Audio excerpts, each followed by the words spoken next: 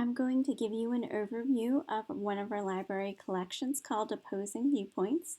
So to get there from our library website, one way you can get there is from quick links to library, which is under helpful links. There's also a link on D2L and probably your student portal. So looking at our library homepage, this search box here searches a bunch of different online collections or library databases. Since we know specifically we want to go to opposing viewpoints, I'm going to go look at our A to Z list here where it says all databases A to Z. We're going to go to O's, and you can see opposing viewpoints and context shows up right here.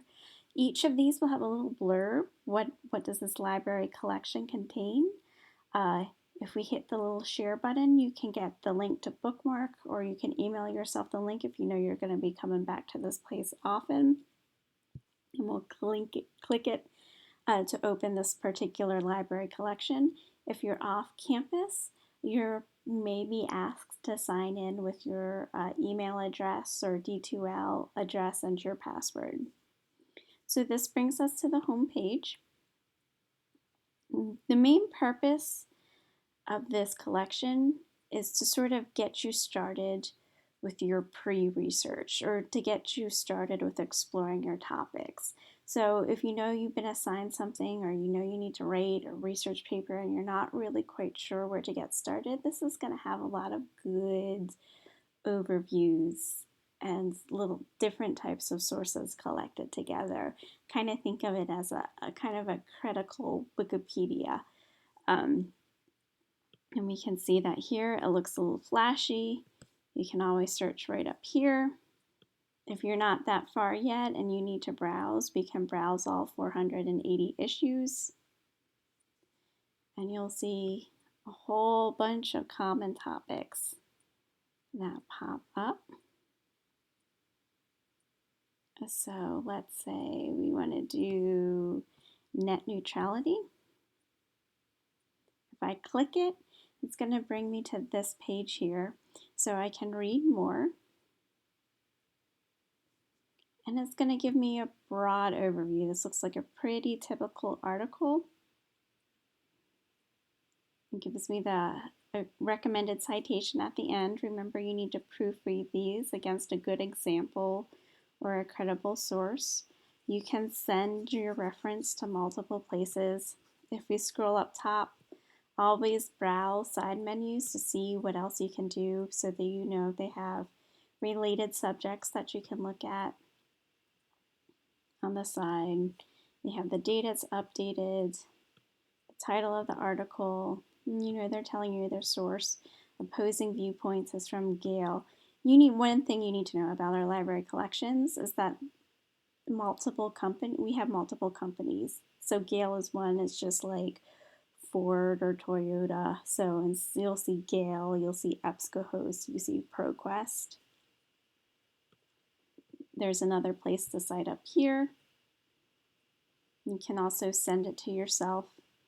Google Drive, OneDrive, email, and then the typical download and print options are here as well.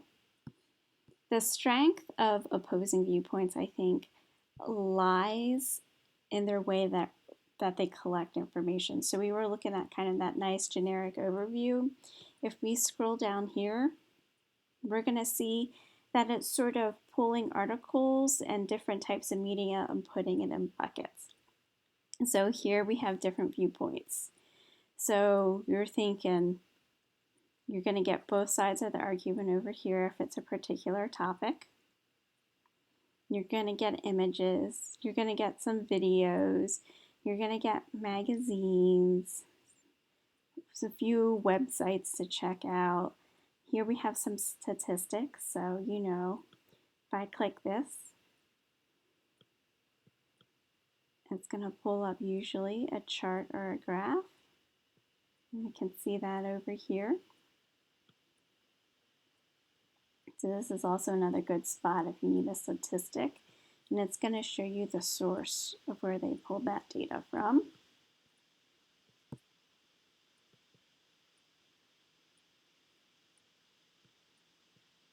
And then if we continue to see, you can see they're pulling from academic journals. So one of the things to know is that if your professor says you can only use peer-reviewed or academic journals for your assignment, know that Opposing Viewpoints isn't all peer-reviewed stuff. You know, they'll pull some journals for your topic, but you need to explore or you need to sort by that filter. Anything you find on here, it's credible, but it could be from, you know, a bunch of different varying levels of sources. So we saw magazines, there's reference articles here, news articles will show up here. So just notice that there's a variety of sources in here and that you need to be aware of what you're looking at within Opposing Viewpoints.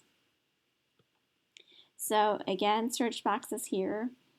If we knew very specifically what we wanted, we could go to Advanced Search. Here we can enter in multiple terms.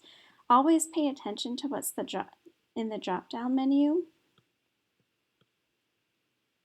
because this can help you out if you're getting a little bit lost if you want something very specific. So here you can do to person, by, or about.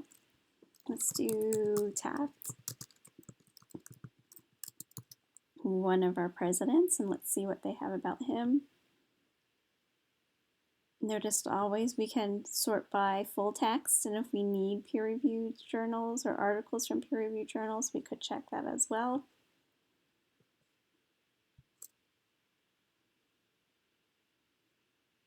And we can see our search terms here. We're looking for articles about William Taft. Our applied filters are full text, and this is where we're searching. You have additional filters over here that you can sort by. We can see we've got, again, a bunch of different sources showing up. So we've got references, so these are, looks like they're mostly encyclopedias. We've got biographies, so they're about William Taft. Depending on how lazy you're feeling, you can see they have word counts, images, and some more audio, and some news too.